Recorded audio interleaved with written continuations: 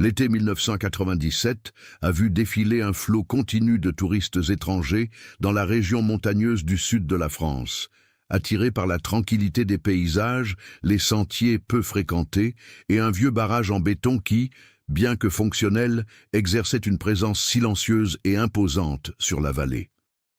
Parmi ces visiteurs se trouvaient 5 jeunes gens, 2 Allemands, un Espagnol et un couple néerlandais, qui avaient prévu un court séjour intense, consignant chaque détail avec des appareils photo argentiques et des notes éparses dans des carnets à couverture rigide. Ils arrivèrent par un matin nuageux, alors que le brouillard recouvrait encore partiellement le réservoir. Les autorités locales se souvinrent plus tard que le groupe semblait enthousiaste, voire excessivement curieux, posant des questions inhabituelles sur les zones interdites, les anciens accès et les structures abandonnées du barrage. Ce n'étaient pas des questions typiques de touristes ordinaires. Les 2 premiers jours, rien d'inhabituel n'a été constaté. Le groupe a été aperçu explorant des sentiers, achetant des provisions de première nécessité et retournant à la petite auberge où ils logeaient. Le 3e jour, cependant, ils ont décidé de s'aventurer sur un sentier moins fréquenté, près du barrage, où d'anciens chemins d'entretien avaient été fermés des années auparavant. C'était la dernière fois qu'on les a vus. La disparition ne fut constatée que le lendemain, lorsque l'aubergiste réalisa qu'aucune chambre n'avait été occupée durant la nuit. Des effets personnels étaient encore sur place. Sac à dos secondaires, vêtements, papiers, mais les objets essentiels avaient disparu. Appareils photo, lampes de poche et une vieille carte de la région manquaient également à l'appel. Les recherches ont débuté rapidement, mobilisant les équipes locales, puis les autorités nationales. Des hélicoptères ont survolé la vallée, des plongeurs ont été envoyés au réservoir et les sentiers ont été ratissés à plusieurs reprises. Aucune trace concrète n'a été trouvée. Aucun corps. Aucun indice concret. Le barrage devint cependant le centre silencieux de soupçons. Des employés de longue date évoquèrent, lors de conversations informelles, l'existence d'anciennes structures submergées, des galeries de services utilisées lors de la construction initiale, des décennies auparavant. Ces informations ne furent jamais confirmées officiellement, et toute tentative d'enquête plus approfondie fut rapidement écartée faute de preuves. Au fil des mois, l'affaire s'est enlisée. La presse s'en est désintéressée, préférant des sujets plus récents. Les familles des victimes ont continué d'insister, faisant pression sur les autorités, mais avec le temps, même ces efforts ont fini par s'essouffler. L'affaire a été classée comme disparition non résolue. 14 ans se sont écoulés. Le barrage continua de fonctionner normalement, comme si de rien n'était. De nouveaux employés arrivèrent, d'anciens prirent leur retraite ou, tout simplement, évitèrent d'en parler. La région recommença à attirer les touristes, même si certains habitants continuaient de taire l'incident. C'est alors que Julien Morel, un agent d'entretien récemment muté dans l'équipe du barrage, a commencé à remarquer des incohérences.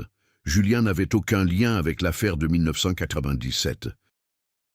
Pour lui, il s'agissait simplement d'une nouvelle opportunité professionnelle, loin des grandes villes. Son rôle était simple, des inspections de routine, la vérification des structures internes et le suivi des rapports techniques. Mais lors d'une de ces inspections, quelque chose a attiré son attention. L'une des cartes structurelles du barrage, apparemment mise à jour des années après la disparition, montrait une zone marquée comme inaccessible. Ce n'était pas inhabituel, car certaines sections plus anciennes étaient considérées comme dangereuses. Le problème résidait dans le détail. Cette zone n'apparaissait pas dans les anciens documents. C'était comme si cela avait été ajouté plus tard.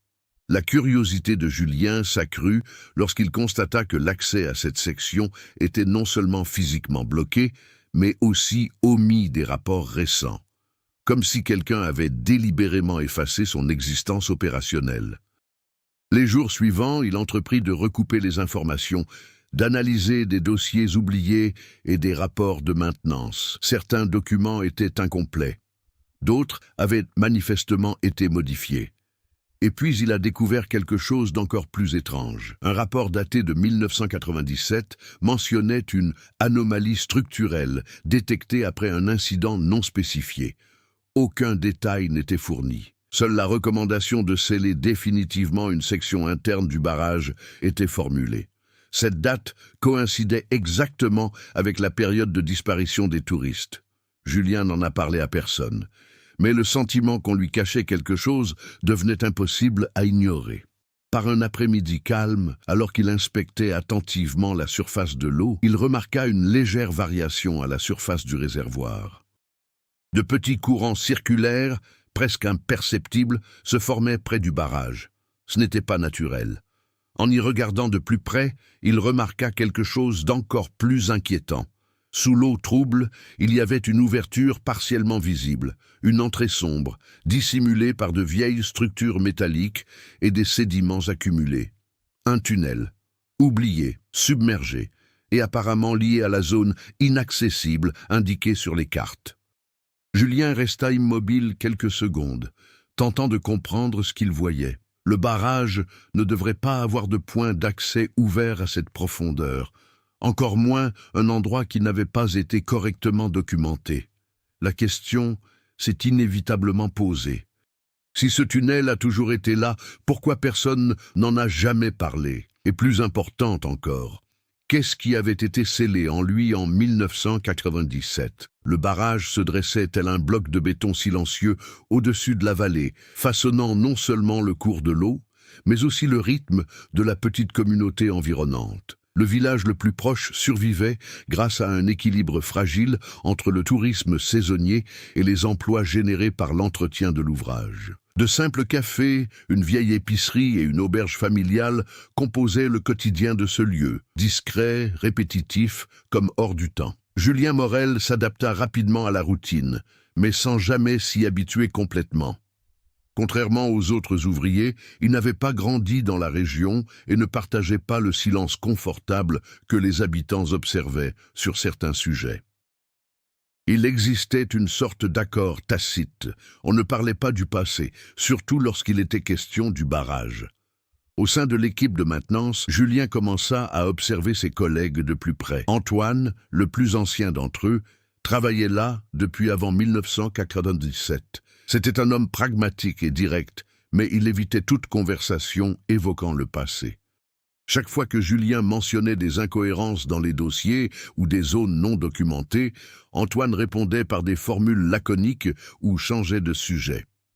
Claire Dubois, l'ingénieur chargé des inspections structurelles, se comportait différemment. Technique, précise et d'une transparence apparente, elle suivait rigoureusement les protocoles.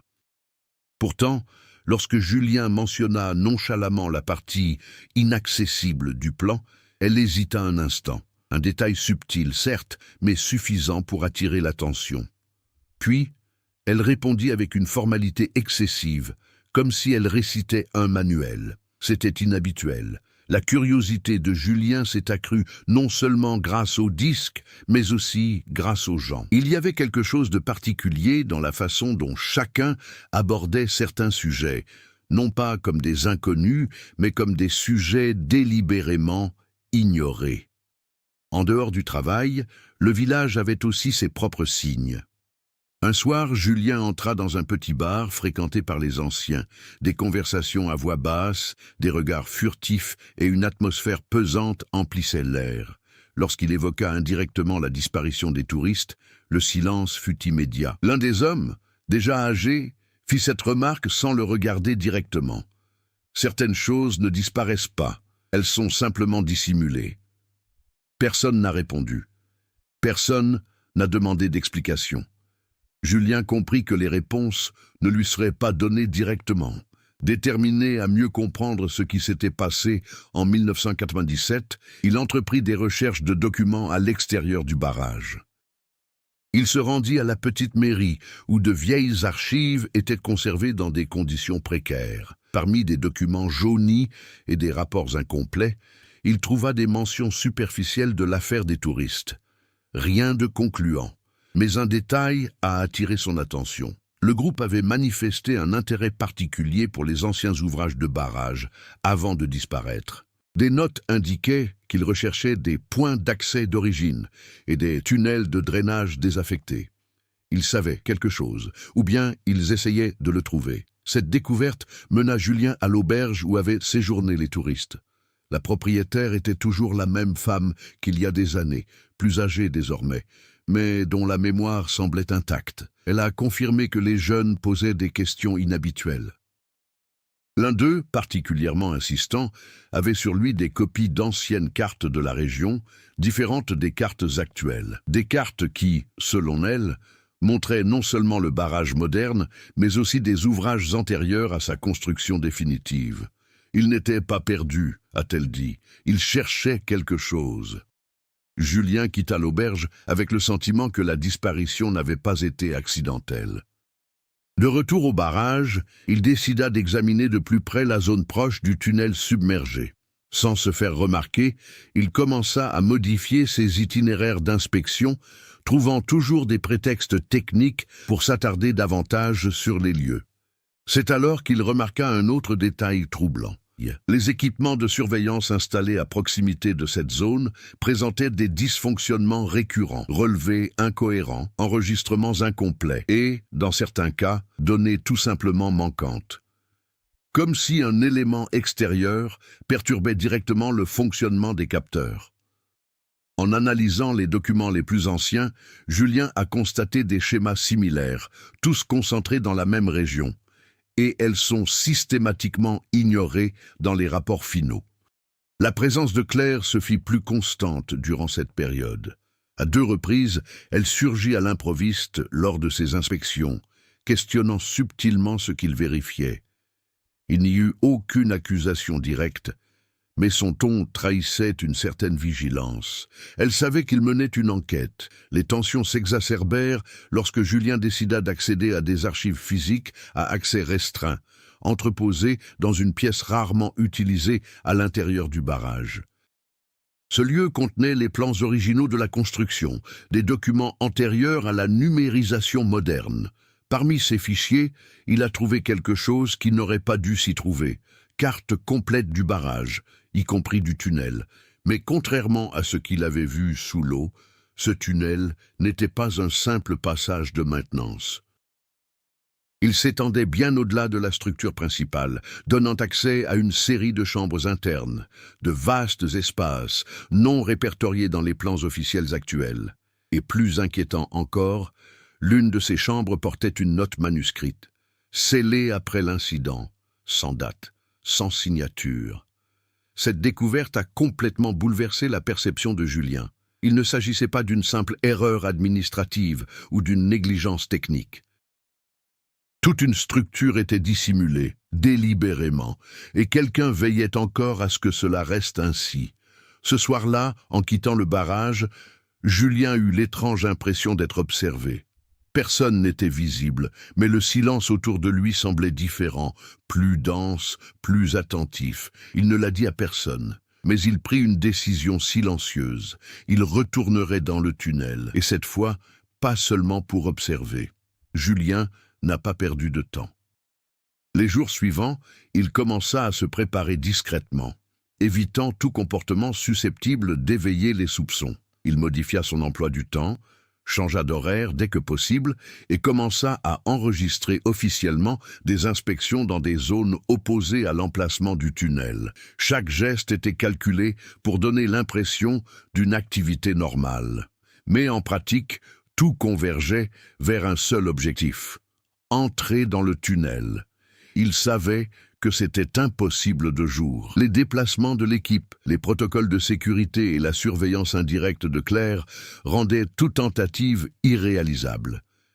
Il ne restait donc que la nuit, lorsque le barrage fonctionnait avec une équipe réduite et que les inspections étaient plus superficielles. Pour la 3e nuit consécutive, Julien a mis son plan à exécution. Équipé d'une lampe torche industrielle, d'une bouteille d'oxygène portable et d'un appareil photo fixé sur sa poitrine, il emprunta l'un des passages techniques menant au niveau inférieur du barrage. La descente fut silencieuse, seulement troublée par l'écho lointain de l'eau s'écrasant contre les structures de béton. En approchant de l'endroit où il avait aperçu le tunnel submergé, la température sembla baisser légèrement. Ce n'était pas extrême, mais suffisamment pour être désagréable. L'air était également plus lourd, avec une légère odeur métallique. Il n'a pas hésité. Parvenu à l'endroit précis, il se plaça au bord et observa de nouveau l'ouverture sous l'eau. De jour, elle n'apparaissait que comme une irrégularité dans la structure. La nuit, éclairée par la lampe torche, elle révélait des contours plus nets, une entrée manifestement artificielle, partiellement obstruée par des grilles corrodées. Julien s'est lancé. L'eau était plus froide que prévu. La visibilité était réduite mais suffisante pour le guider jusqu'à l'entrée. Les rambardes, fragilisées par le temps, cédèrent sous son poids. Une fois franchi, il pénétra officiellement dans un lieu qui, d'après tous les documents en vigueur, n'existait pas. Le tunnel était étroit au départ, avec des parois de béton brut recouvertes de sédiments et présentant des signes d'érosion. Mais à mesure qu'on avançait, l'espace s'élargissait. Le sol était légèrement incliné vers le haut, permettant au tunnel de déboucher après quelques mètres. En sortant de l'eau, Julien coupa son appareil respiratoire et resta immobile quelques secondes, à l'écoute. Silence absolu. Aucun bruit de machinerie, aucun écoulement d'eau apparent, juste l'écho lointain de quelque chose, d'irrégulier. Il s'avança. Les parois du tunnel portaient des marques anciennes, traces d'outils, inscriptions effacées et, par endroits, des numéros peints devenus incompréhensibles. Ce n'était pas qu'une simple structure fonctionnelle. Il semblait avoir été largement utilisé avant d'être abandonné, ou scellé. En marchant, Julien remarqua quelque chose d'inattendu. Il y avait des objets sur le sol, petites, éparpillées, partiellement recouvertes de poussière et de débris. Il se pencha et éclaira l'une d'elles. Une lampe de poche, vieux, usée, mais pas au point d'avoir des décennies. Quelques pas plus loin, il trouva un autre objet, une cassette vidéo, et puis un autre, des fragments d'équipement, correspondant à ce que les touristes auraient pu emporter en 1997. La respiration de Julien ralentit, non par calme, mais par concentration. Chaque détail confirmait une possibilité qui jusque-là n'était que théorique. Ils étaient à l'intérieur, mais le plus important était, ils n'étaient pas partis. Le tunnel continuait de s'élargir, menant à un espace plus vaste. Lorsque Julien pénétra dans la première salle, le faisceau lumineux révéla un espace étonnamment grand, soutenu par d'épais piliers et partiellement inondé par endroits. Et alors il vit des marques sur les murs, des lignes verticales profondes et irrégulières, comme si quelque chose avait été traîné à plusieurs reprises contre le béton. Ce n'étaient pas des marques d'outils, elles étaient trop larges, trop désordonnées. Julien n'a pas joué. Il s'est contenté d'observer. En continuant d'explorer la chambre, il découvrit quelque chose d'encore plus inquiétant. Un sac à dos, presque intact. En l'ouvrant, il y trouva des effets personnels. Un carnet trempé, des vêtements et un passeport partiellement conservé. Il a illuminé le nom. Il appartenait à l'un des touristes disparus. La confirmation n'a apporté aucun soulagement. Elle a créé un sentiment d'urgence. Car si les biens étaient là, qu'était-il arrivé aux gens? Avant qu'elles puissent pleinement assimiler l'information, un son brisa le silence. Un impact lointain, sec, métallique. Julien s'est figé. Le bruit ne provenait ni du barrage en amont, ni de l'eau située derrière. Cela venait de l'intérieur du tunnel, d'une zone encore plus profonde. Il éteignit instinctivement sa lampe torche. L'obscurité totale. Pendant quelques secondes, il n'y eut rien. Puis, un autre son se fit entendre, plus près. Un mouvement de traînement lent et irrégulier, accompagné de brèves pauses, comme si quelque chose se déplaçait avec difficulté ou avec prudence. Julien sentit tout son corps réagir, non pas par une panique immédiate, mais par une tension extrême. Il n'avait aucune preuve concrète de ce que c'était, mais tous les signes indiquaient la présence de quelque chose d'anormal. Et puis, il y a eu ce détail qui a tout changé. Une brève réflexion. Quelque chose qui captait une quantité minimale de lumière résiduelle, 2 points alignés dans l'obscurité, taille incompatible avec celle d'un animal typique, immobilier. J'observe. Julien n'a pas attendu. Il recula lentement, s'efforçant de faire le moins de bruit possible. Chaque pas était calculé, mais le bruit de l'eau au loin et l'écho du tunnel amplifiaient le moindre mouvement. Le problème de traînage est de retour, plus rapide, plus près. Il alluma sa lampe torche 1 seconde, juste assez pour confirmer la direction de la sortie. Et à ce moment-là, il vit une silhouette incomplète, partiellement dissimulée par les piliers, se mouvait de façon erratique. Impossible d'y discerner une forme nette, seulement des proportions incorrectes, des décalages abrupts et une présence qui semblait instable. Julien accourut. Aucune stratégie, aucun calcul. La seule priorité était de partir. Il retraversa le tunnel, plongea sans hésiter et nagea de toutes ses forces jusqu'à émerger. Une fois au bord, il se hissa hors de l'eau et y resta quelques secondes, le souffle court. Mais il ne s'est pas retourné. Il en savait déjà assez.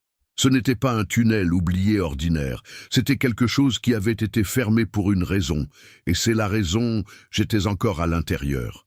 Julien ne retourna pas au tunnel la nuit suivante, non par manque de courage, mais par prudence. L'expérience lui avait clairement montré qu'il ne s'agissait pas d'une simple découverte archéologique ou structurelle.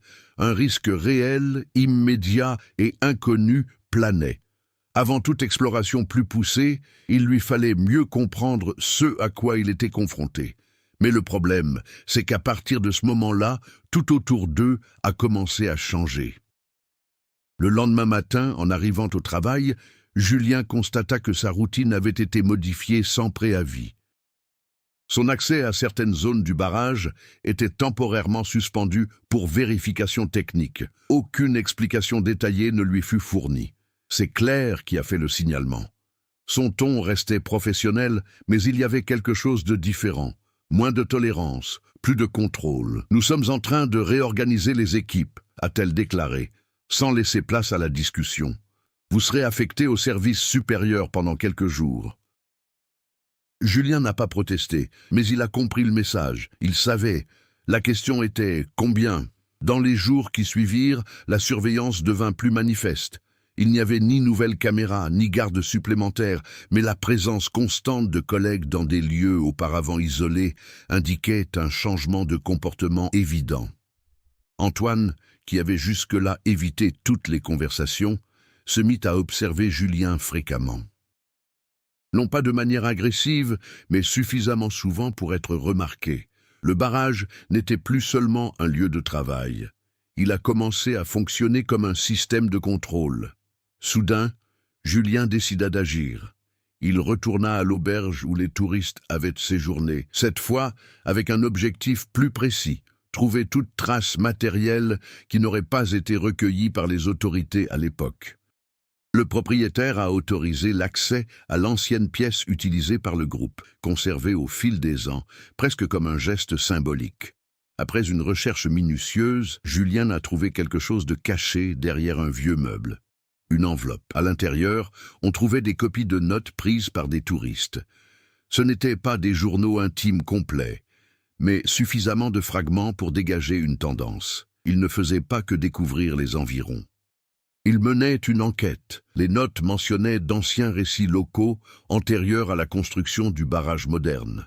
Elles faisaient référence à une structure souterraine originelle, utilisée lors d'une phase préliminaire des travaux, une tentative abandonnée de détourner le cours naturel de l'eau par des tunnels.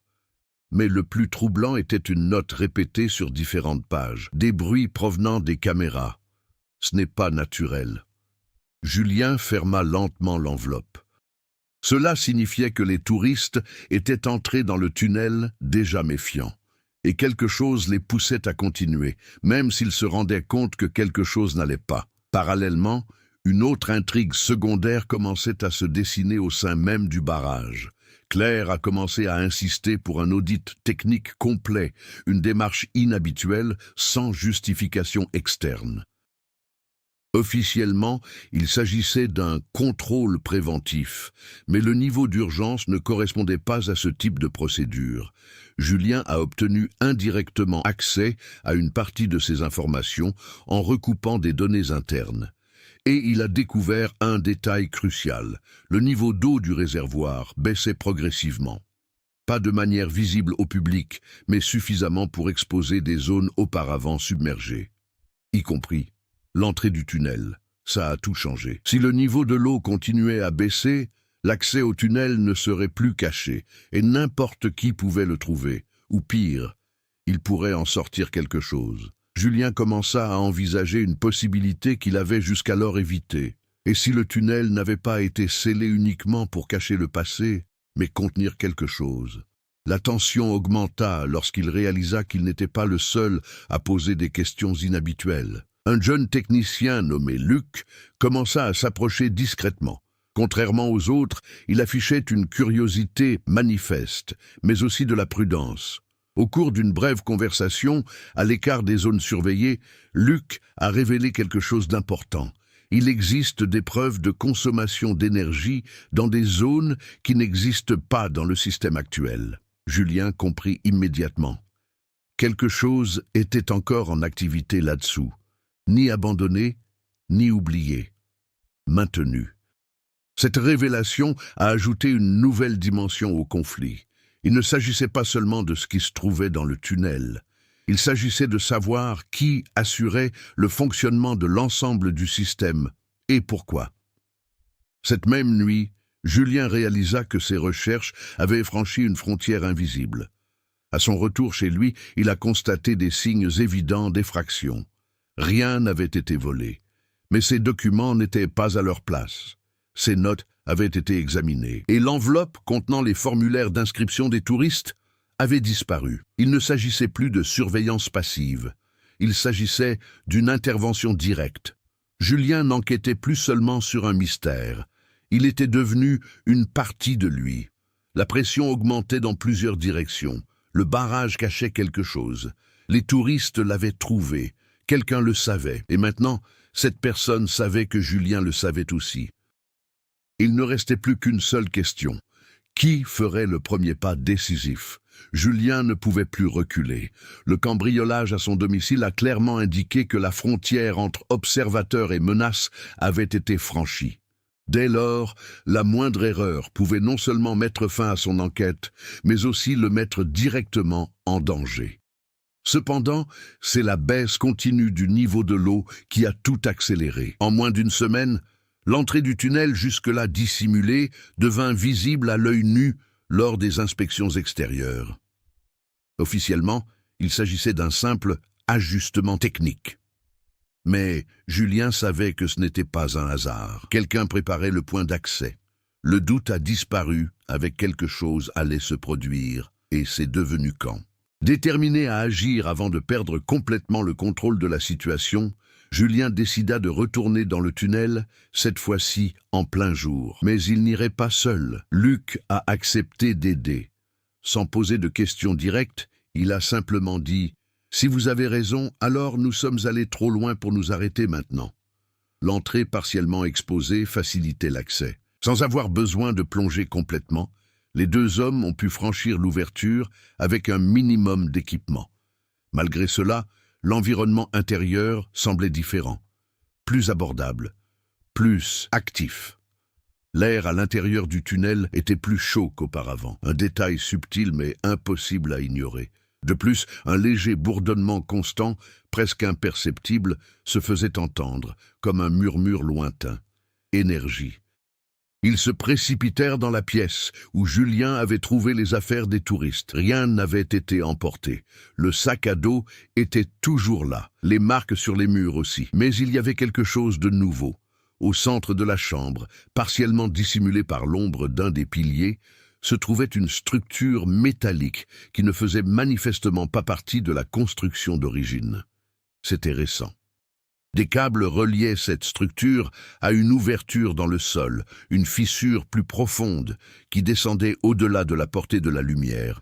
Luc s'approcha le premier, examinant les composants. « Il est actif, dit-il doucement, et il n'est pas vieux. » Julien n'a pas répondu. Il l'avait déjà compris. Il ne s'agissait pas simplement de surveillance, c'était une question de retenue. Avant qu'il puisse l'analyser plus en détail, un son résonna dans le tunnel, contrairement à avant. Plus clair, plus près, mesure, ne pas faire glisser, pas humain. Les deux échangèrent un rapide regard. Ils n'étaient pas seuls.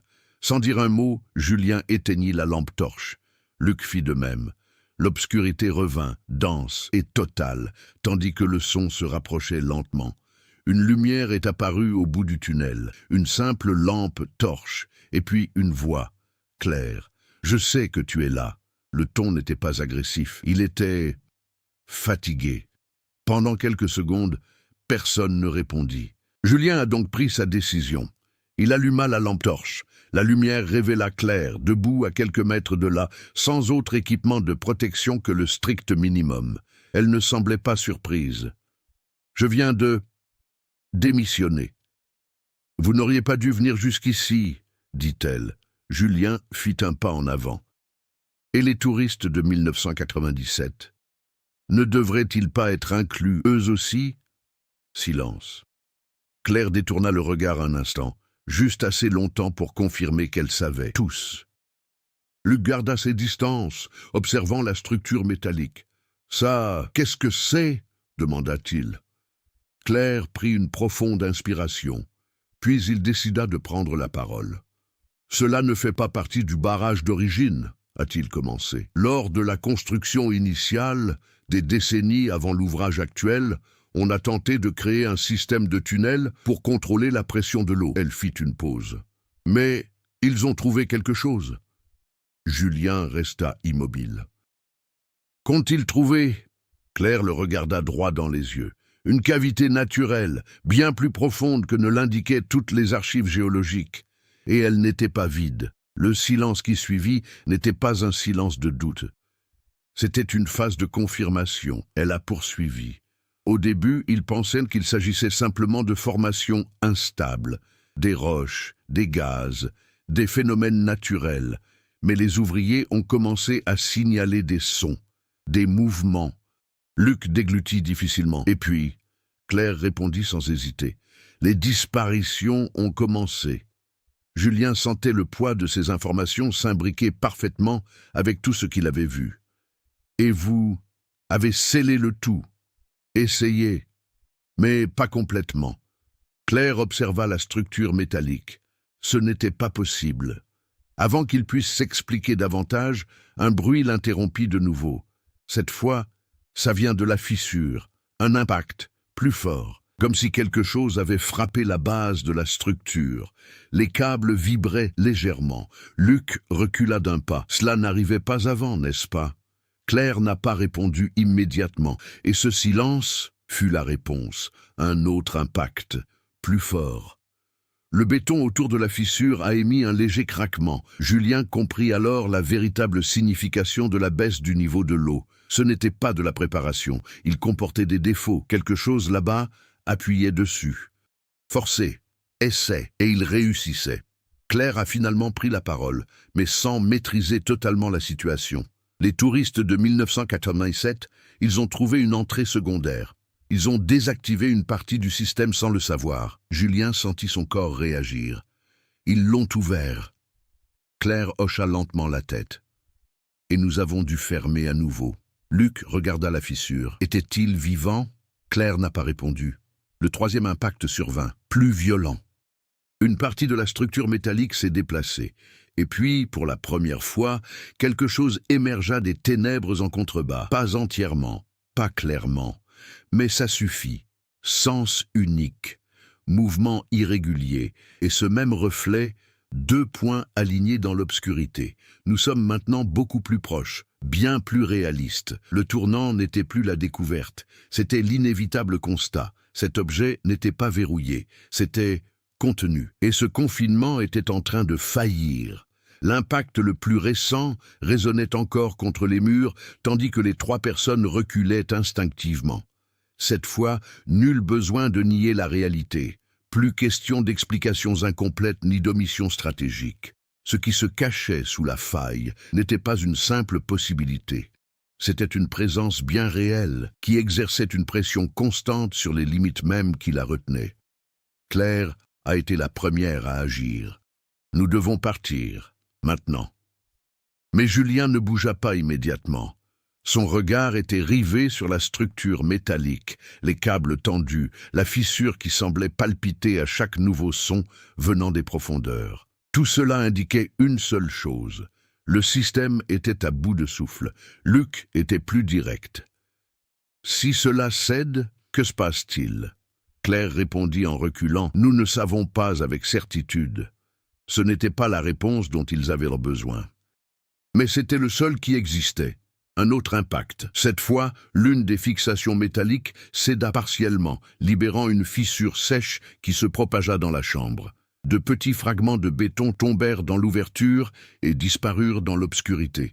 Et puis, le silence. Un silence pesant et anormal, comme si quelque chose attendait. Julien a finalement cédé. Tous trois commencèrent à s'éloigner, gardant leur distance avec la fissure, mais sans la quitter des yeux.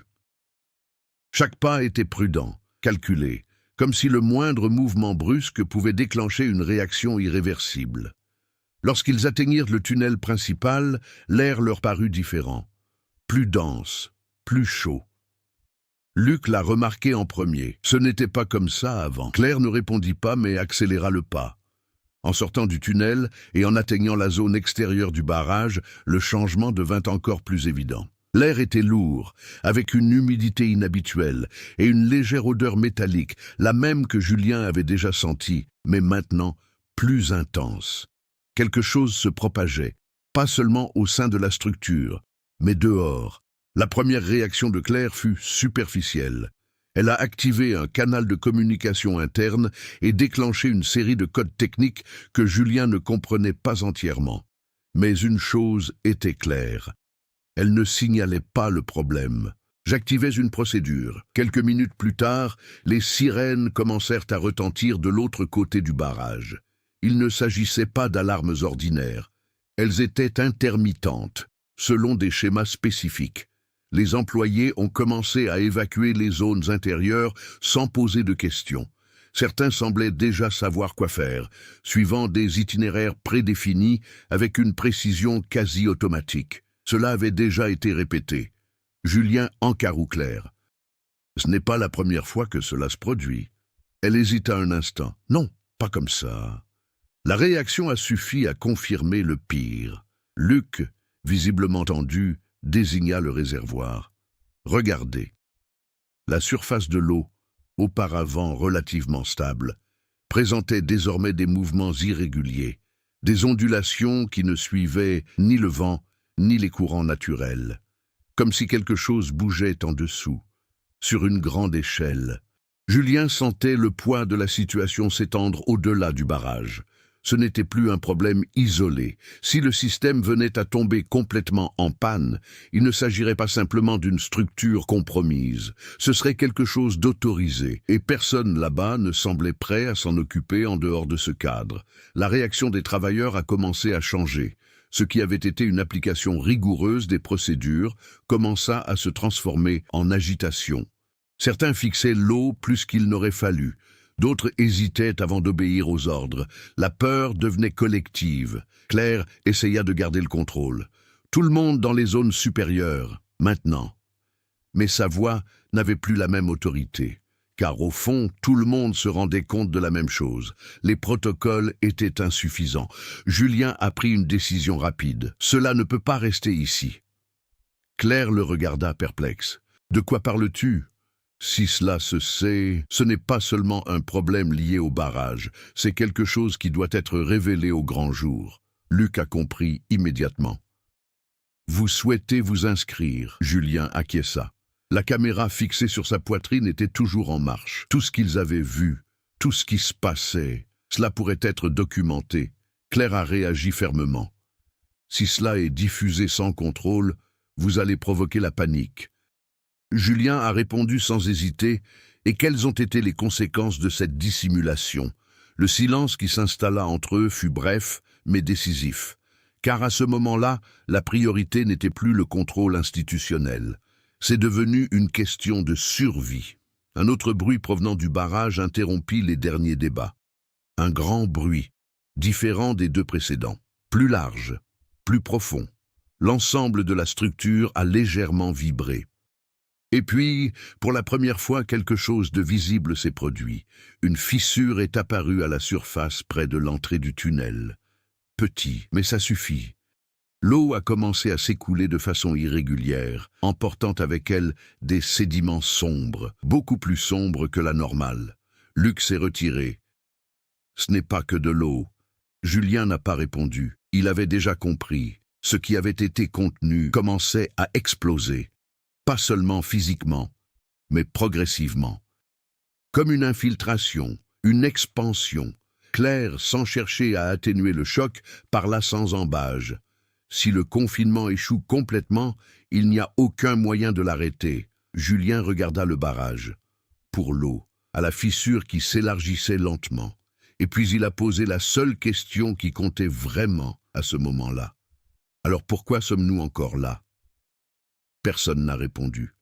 Parce que tout le monde le savait. Ils n'étaient plus là pour les arrêter. Ils étaient là pour assister au commencement. Le chaos n'est pas survenu immédiatement. Elle s'est progressivement installée à cause de décisions hâtives, d'erreurs humaines et de la prise de conscience croissante que personne ne maîtrisait réellement la situation.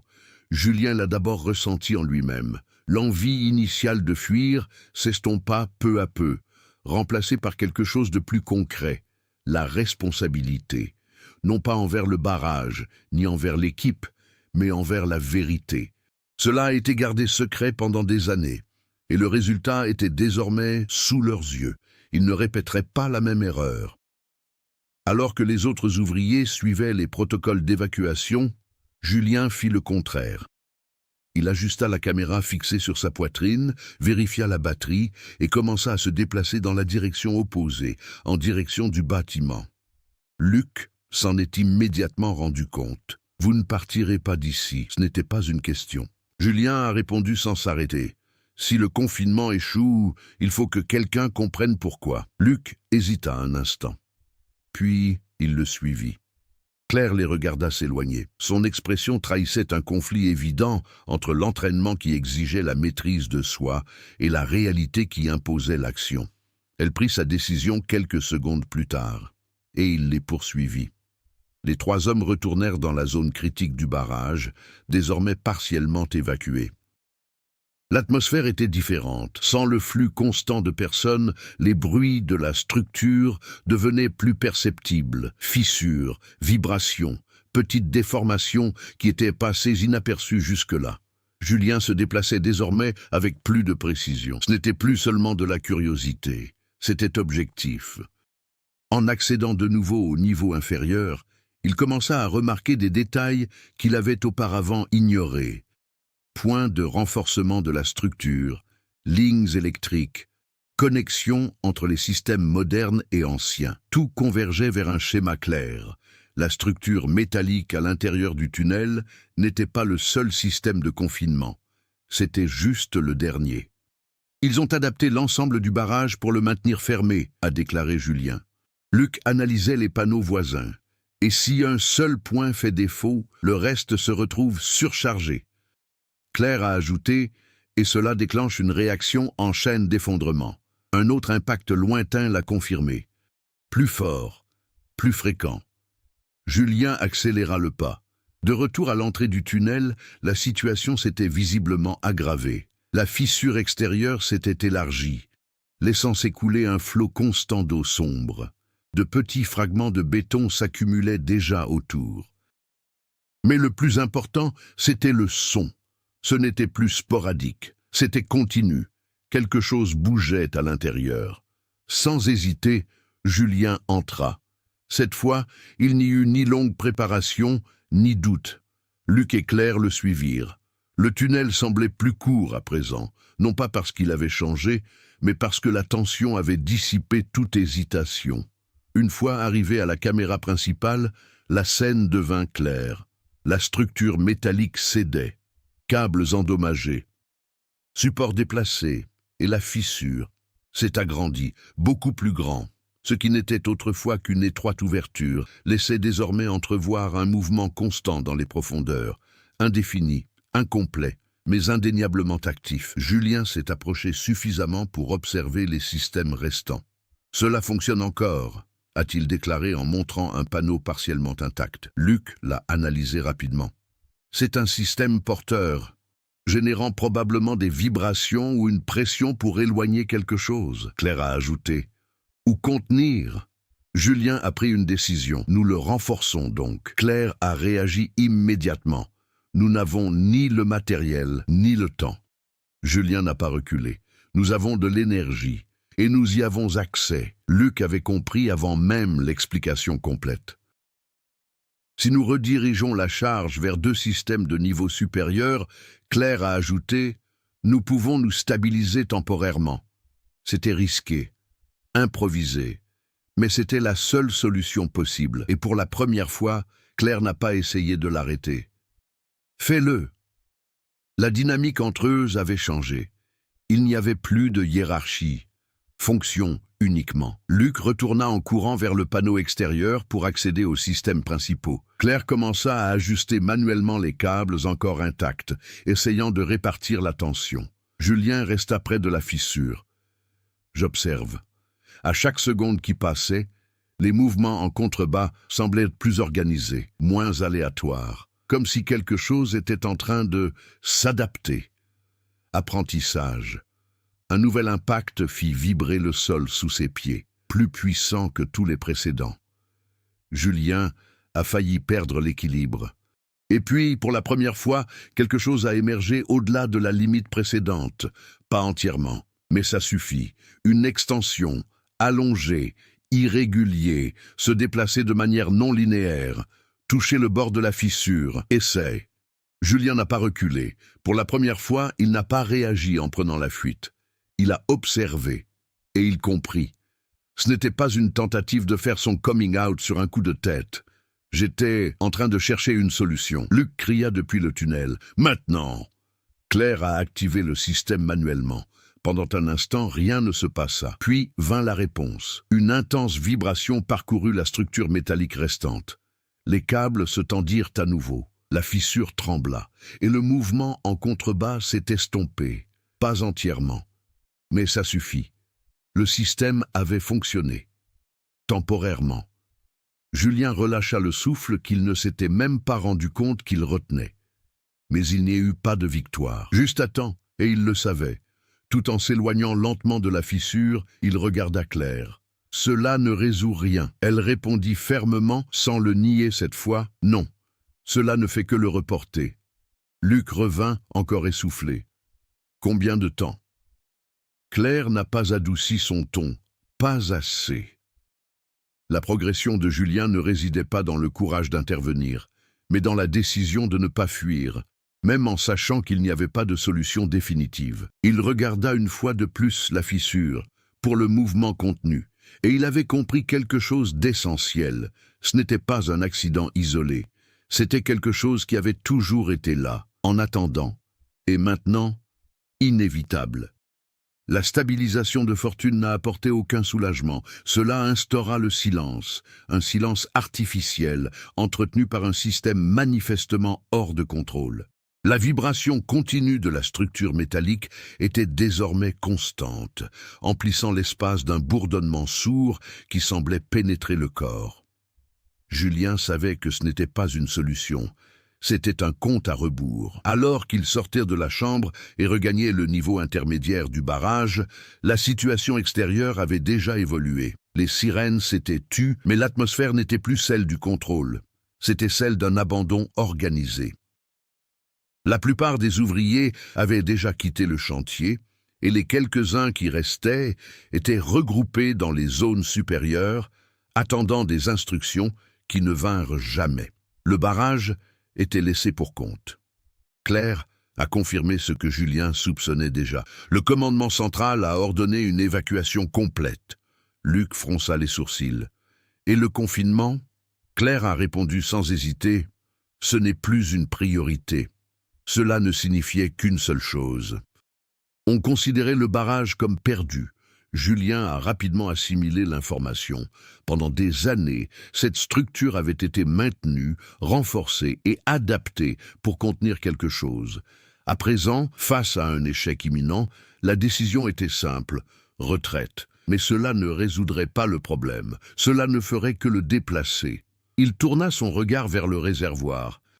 Le niveau de l'eau continuait de baisser lentement. mais il était désormais impossible d'ignorer le comportement de la surface. De profondes ondulations, des variations irrégulières et des zones où l'eau semblait céder un instant, comme si quelque chose occupait l'espace en dessous, trop grand. Luc parla à voix basse. « Si cela part d'ici, cela suivra le cours de la rivière. » Julien a ajouté « Et personne là-bas ne sait rien. » Le silence qui suivit fut bref, mais décisif. Claire les regarda tous les deux, et pour la première fois, son expression ne trahissait aucune résistance. L'acceptation, tout simplement. « Nous avons donc tout enregistré. » Julien acquiesça. Mais le simple fait de s'inscrire ne suffisait pas.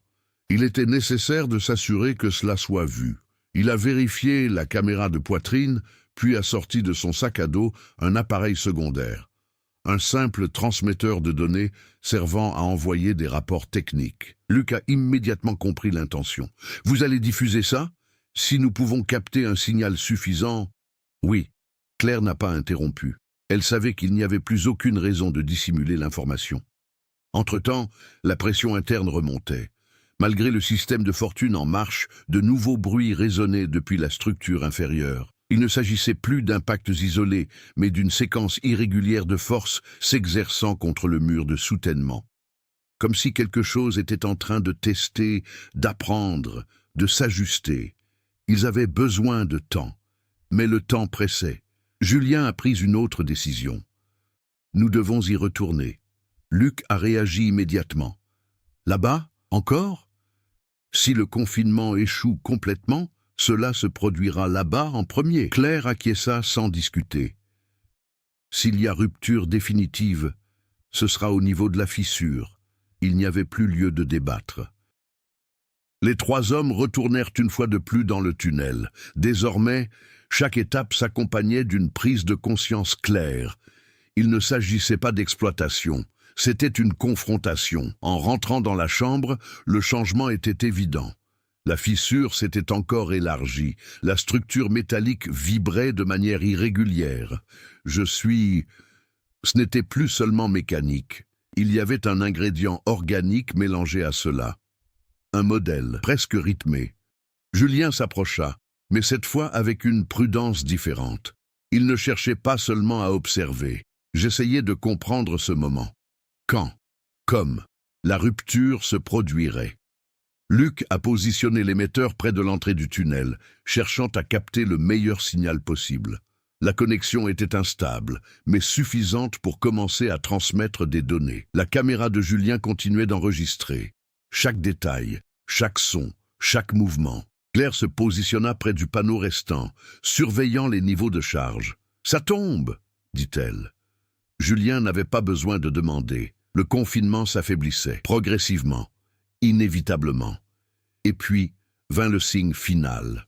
Un son unique en son genre. Aucun impact, mais une série de clics rapides, comme plusieurs dysfonctionnements survenant simultanément. La structure métallique s'est partiellement effondrée. L'un des principaux niveaux de soutien a cédé. Et la fissure s'ouvrit encore plus. Ce qui se trouvait en dessous n'avait plus besoin de fournir autant d'efforts. Maintenant, il y avait de la place. L'atmosphère a changé. De manière immédiate, plus chaud, plus dense, plus vivant. Julien l'a pressenti avant même de le voir. Et puis, lentement, quelque chose a commencé à émerger. Pas en un seul mouvement, mais seulement en partie, fragments de forme. Des mouvements disparates qui, ensemble, ont commencé à former quelque chose de plus grand, incomplet. Mais ça suffit. Les deux points de réflexion réapparurent. Plus haut, plus près, plus précis. Luc murmura, presque sans voix. « Ceci va sortir. » Claire n'a pas répondu. Elle fixait simplement le panneau. Les chiffres baissaient trop vite. Julien n'a pas reculé, pas cette fois. Il a maintenu sa position. La caméra capture tout. L'émetteur envoie autant que possible. Parce que c'était le moment. La retenue n'était plus suffisante. Il n'y avait plus de temps pour les ajustements. L'action suivante, ce ne serait pas le leur. Ce serait tout. Et le point culminant ne serait pas une décision. Ce serait une conséquence inévitable. La première rupture complète n'était pas explosive. C'était silencieux. L'un des derniers supports métalliques céda dans un craquement sec, presque trop discret pour ce qu'il représentait. Pendant un bref instant, rien ne se passa. La structure demeura immobile, comme si le système tentait encore de retenir ce qu'il avait déjà perdu. Puis vint le déplacement. La fissure s'ouvrit brusquement, non pas en ligne droite, mais dans de multiples directions, comme si la structure elle-même était forcée de s'adapter à quelque chose qui n'avait rien à y faire. Julien n'a pas bougé. La caméra restait pointée directement sur l'ouverture. L'émetteur est toujours actif. Chaque seconde était désormais cruciale. La première partie qui est apparue n'avait aucune forme reconnaissable. Il s'agissait d'une masse irrégulière, composée d'extensions qui se déplaçaient indépendamment, mais de manière coordonnée. On n'y décelait aucun schéma biologique clair, ni animal, ni humain. Mais il y avait une intention. Les surfaces reflétaient la lumière de façon irrégulière, comme si elles n'étaient pas toujours solides. Certaines parties semblaient denses, d'autres instables. Luc recula instinctivement. Claire resta immobile. Julien fit un pas en avant, non pas par courage, mais par nécessité. Il devait s'inscrire. Je devais m'assurer que cela soit vu. L'entité, ou quoi que ce soit, continuait d'émerger lentement. Il n'y avait aucune précipitation, aucune impulsion incontrôlée. C'était comme s'il tâtait le terrain, s'adaptait à l'environnement extérieur. L'une des extensions touchait le bord de la fissure, et il resta là, propriété, pendant une seconde, 2. Puis il se retira. Et il s'avança de nouveau, cette fois avec plus de détermination. Le béton environnant a commencé à céder, de petits fragments sont tombés, l'ouverture a augmenté, Luc a finalement réagi. « Julien, tout va s'effondrer !» Mais Julien ne répondit pas. Ses yeux étaient fixés dessus. Et puis, un événement inattendu s'est produit. L'organisation a cessé ses activités, complètement. Toutes les extensions se sont arrêtées de bouger en même temps. Un silence absolu s'installa dans la pièce. Même les vibrations de la structure semblaient diminuer. Et puis, les 2 points réflexes ont bougé, directement à Julien. Contact, pas physique, mais venons-en au fait.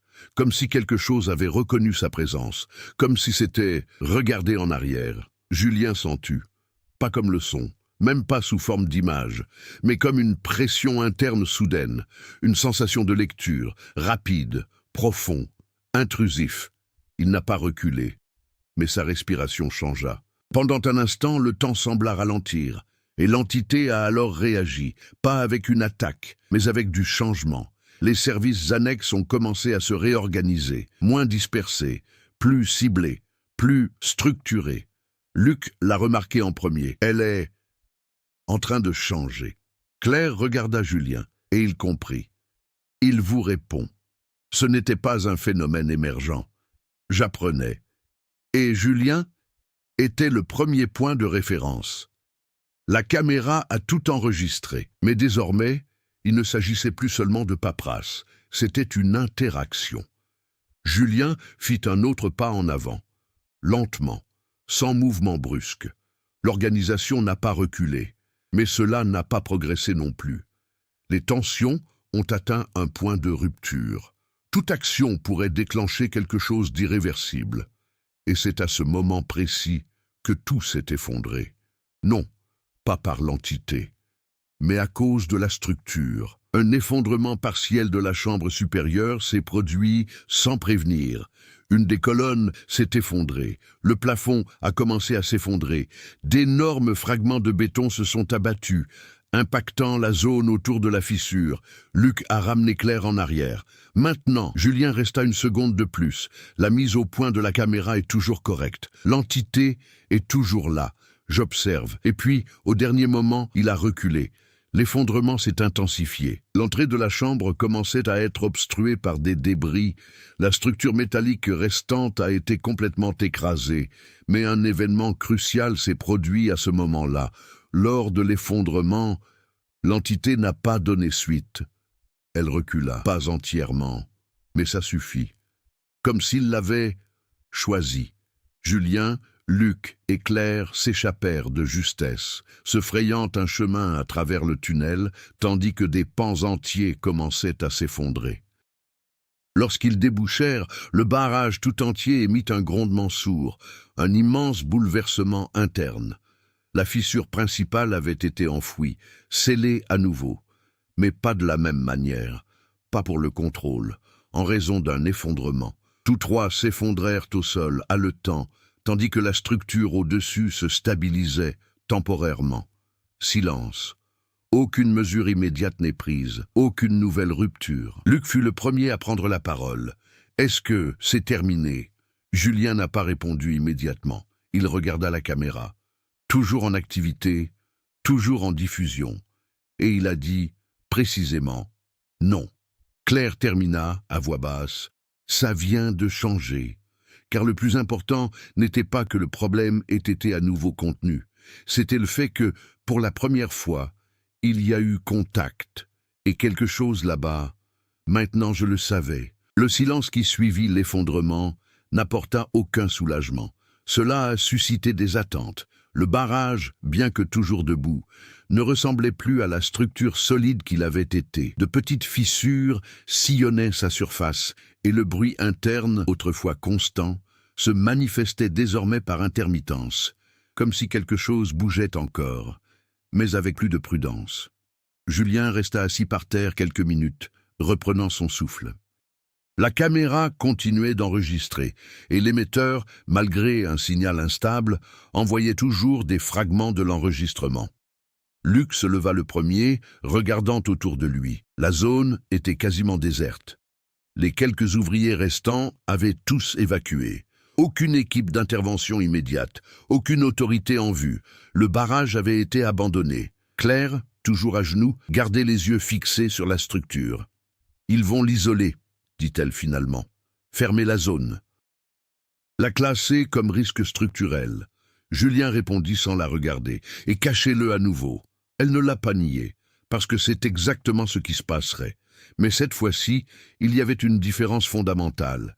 Julien leva lentement la caméra. « Nous l'avons diffusée. » Luc fronça les sourcils. « Mais le signal était faible. » Julien acquiesça. « Ça n'a pas besoin d'être parfait. Ça a juste besoin d'exister. » Et ça a tout changé.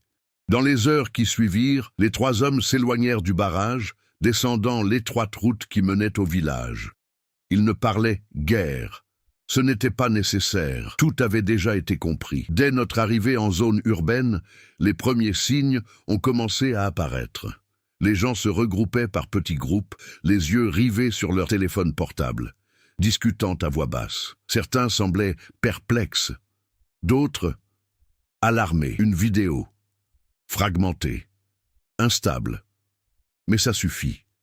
Images de la caméra, les sons, la forme se dessinent, et surtout le moment du contact. L'enregistrement a commencé à se répandre, d'abord au niveau local, puis, rapidement, au-delà de la région. Les plateformes numériques ont commencé à reproduire le contenu malgré les premières tentatives de suppression. Plus elles essayaient de le contenir, plus le contenu se propageait. L'effet fut immédiat. Des experts ont tenté d'expliquer. Des allégations de fraude. D'autres ont évoqué des phénomènes naturels inconnus, mais personne n'a été en mesure de fournir une réponse convaincante qui réfute complètement ce qui avait été vu. Parce que la vidéo contenait quelque chose que les théories ne pouvaient effacer. Cohérence, détails techniques réels, réactions humaines authentiques, et quelque chose qu'aucun effet spécial ne pourrait reproduire fidèlement. La présence. Entre-temps, les autorités ont commencé à prendre des mesures. La zone autour du barrage a été isolée en raison d'un risque structurel critique. Des équipes ont été dépêchées sur place, mais l'accès était extrêmement contrôlé. Les informations officielles étaient vagues et diffusées de manière très limitée. Mais il était trop tard, le contrôle du récit avait été perdu. Julien, Luc et Claire observaient la scène à distance. Aucun d'eux n'a tenté de revenir. Il n'y avait aucune raison de le faire. Ce qui devait être révélé l'avait déjà été. Quelques jours plus tard, des analyses indépendantes ont commencé à paraître. Les ingénieurs ont confirmé des incohérences dans la structure du barrage. Des géologues ont évoqué la possibilité de formations souterraines non cartographiées. Mais aucune de ces explications n'abordait le point central. Ce qui avait été vu a bougé, il a réagi, il a observé. Et, plus important encore, il s'est retiré de son plein gré. C'est ce qui a le plus perturbé les spectateurs. Parce que cela indiquait quelque chose qui dépassait l'instinct, bien plus qu'un accident. Julien repassa mentalement ce moment à plusieurs reprises. L'instant où les deux points réfléchissants se sont focalisés dessus. Le sentiment d'être compris. Il ne s'agissait pas d'une confrontation, il s'agissait d'un premier contact. Et cela impliquait quelque chose qu'on ne pouvait ignorer. Si c'est ce qu'il a appris, vous pourrez alors apprendre à nouveau. Luc décida de quitter la région quelques jours plus tard. Claire garda le silence, disparaissant peu à peu des registres publics. Julien, quant à lui, a fait le contraire. Il a organisé tout le matériel restant. Il a édité, contextualisé et veillé à ce que l'histoire soit racontée avec exactitude, sans exagération ni distorsion. La vérité en elle-même suffisait déjà. Et puis, des semaines plus tard, un détail a fait surface. Petit, quasiment ignoré, mais impossible à exclure. Dans l'une des dernières transmissions reçues avant la panne complète du signal, il y avait un fragment audio qui n'avait pas été analysé initialement. Bruit, ingérence. Et au milieu de tout cela, un modèle, répétitif, rythmique, pas aléatoire. Isolé et amplifié, le son révélait quelque chose de troublant. Il ne s'agissait pas seulement de mouvement. Il ne s'agissait pas seulement de l'impact. C'était une structure, séquence, comme si quelque chose essayait de répondeur. Ou peut-être reproduire. Julien a écouté cet enregistrement audio plusieurs fois, et dans tous ces cas, le même sentiment est revenu. Non pas par peur immédiate, mais quelque chose de bien plus inquiétant. Continuité. Le barrage était toujours là, la fissure enfouie, la structure est compromise. Mais ça, elle existait encore. Et maintenant, il n'était plus isolé dans le silence, parce que le monde entier l'avait vu, et quelque chose, là-bas, je le savais. Des mois plus tard, le barrage restait isolé. Des clôtures renforcées, une surveillance constante et un accès restreint justifié par des raisons techniques tenaient les curieux à distance. Officiellement, le site n'était qu'une structure compromise, en attente d'évaluation en vue d'un éventuel démantèlement. Mais la nuit venue, les habitants du quartier ont commencé à signaler quelque chose de différent. Pas de lumière. Aucun mouvement visible, mais les sons, venant de l'eau, graves, rythmés, répétitifs, comme des rythmes ou des tentatives. Aucune autorité n'a fait de commentaires, aucune explication n'a été fournie, mais un détail est passé inaperçu pour la plupart. Le niveau de l'eau, qui avait été abaissé après l'incident, elle a recommencé à monter lentement, comme si quelque chose là-dessous, il réorganisait son propre environnement, ou en train de se préparer. Et maintenant, je veux savoir de votre part, si vous aviez été à la place de Julien, confronté à quelque chose d'inconnu, d'impossible à expliquer et de manifestement dangereux, auriez-vous fait la même chose? Ou serait-il parti, sans se retourner? N'hésitez pas à donner votre avis en commentaire, car cette histoire soulève une question à laquelle personne ne peut répondre avec certitude. Existe-t-il des choses qui restent à découvrir? Si vous aimez les histoires de ce genre, pleines de mystères, de tensions et de rebondissements qui vous font remettre en question la réalité, abonnez-vous à la chaîne dès maintenant, parce que la prochaine histoire, cela peut être encore plus inquiétant.